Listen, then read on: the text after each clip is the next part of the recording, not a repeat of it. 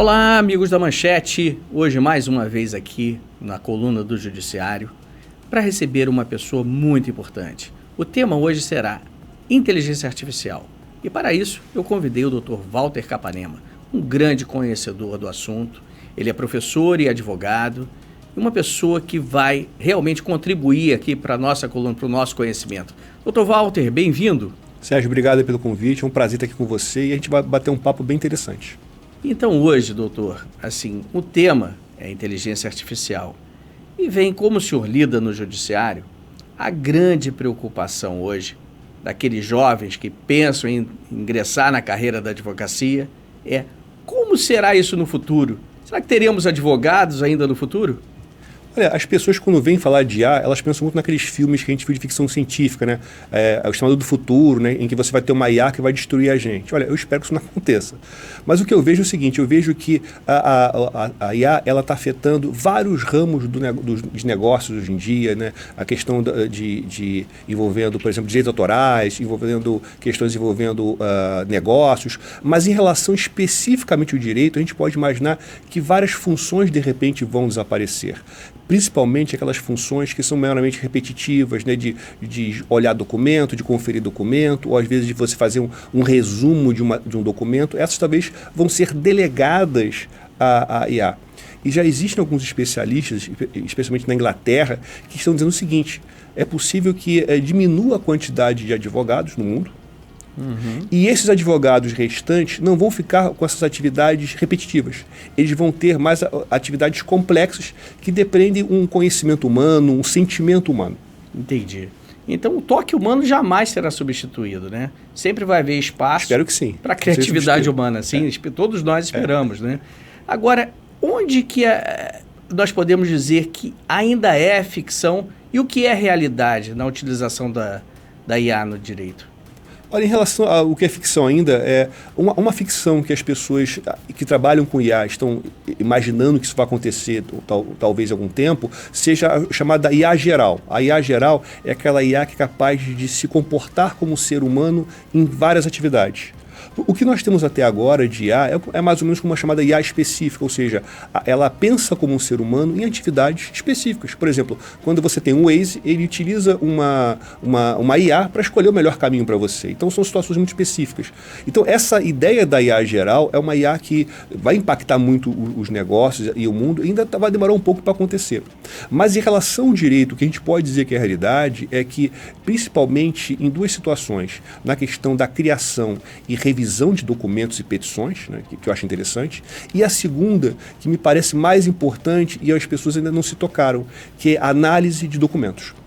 Por que eu digo isso? Porque cada vez mais os processos são maiores. Porque se a gente está falando de processos digitais, é mais fácil você criar um documento e é mais fácil você colocar no processo.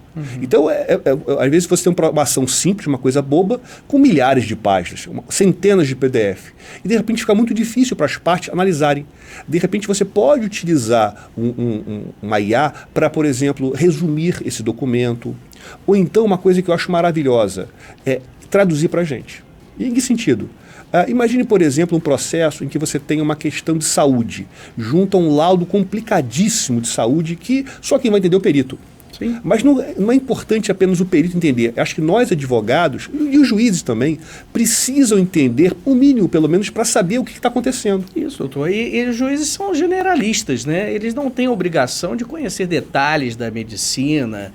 Exatamente. E aí a IA eu vejo como uma grande contribuição, uma grande ajuda para esses magistrados. Exatamente, porque o que ela pode fazer nesse contexto, tanto para o juiz quanto para os advogados? Ela pode traduzir. Ou seja, você pode perguntar para ela: olha, IA, eu sou do direito, eu não entendo nada de medicina, traduz para a minha visão, para a minha realidade, esse documento. Inclusive, se você puder, faça analogia com alguma coisa do direito. O que o CNJ vê essa questão? A utilização da inteligência artificial nas sentenças judiciais? Olha, é bem interessante essa pergunta, porque basicamente o CNJ ele passou por dois grandes momentos. Talvez há uns 5 anos atrás, ele baixou uma resolução, que são as normas do CNJ, né, que estabelecia o uso da IA no judiciário. Mas há 5 anos atrás não tinha o ChatGPT. A gente teve o ChatGPT talvez dos últimos 3 anos. E os juízes começaram a usar, mesmo não tendo uma regulamentação expressa. Agora, em 2025, março de 2025, o CNJ ele trouxe uma nova resolução estabelecendo o uso da IA pelos juízes, usando aquelas ferramentas que se chamam de IA generativa, ou seja, são capazes de gerar conteúdo, gerar texto. E é uma resolução bem complexa, Sérgio, porque ela tem pelo menos mais de 40 artigos e tem situações que para o CNJ, os juízes não podem usar, outras eles podem usar, mas precisam de repente, um parecer técnico antes para ver o impacto, e outras que são mais simples, que eles poderiam usar abertamente. Em relação à segurança, a segurança do usuário na internet, né? Que dados devem ser evitados? Que tipo de cuidados, ao utilizar, inclusive, a inteligência artificial? O que deve ser preservado? Números de documentos, CPF, que tipo de conselho que o senhor daria aí? Boa pergunta. Especificamente em relação ao uso da IA, eu recomendo que é capaz até de você começar a usar, se empolgar e querer colocar tudo na IA. Bem, segure um pouco a empolgação. Eu recomendo que você evite colocar documentos pessoais, senhas, de repente alguma coisa assim mais sigilosa da sua vida. Por quê?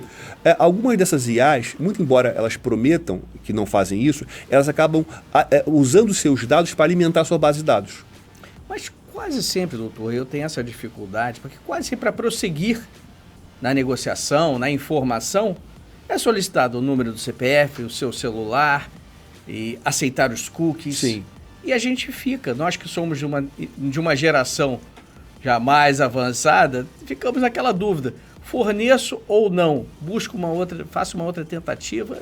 Eu acho que depende, Sérgio, dependendo da ferramenta que você for utilizar, se ela pedir o CPF para você fazer o cadastro, tudo bem. Mas se é para você colocar os seus dados CPF dentro da IA, eu recomendo que você não faça isso. Para finalizar, gostaria de agradecer a sua Obrigado. Participação. Um prazer. Sempre uma grande satisfação estar ao seu lado, ouvir essas curiosidades sobre IA. E, pessoal, nós teremos mais aí na nossa matéria escrita, né? Mais informações sobre IA, sobre direito.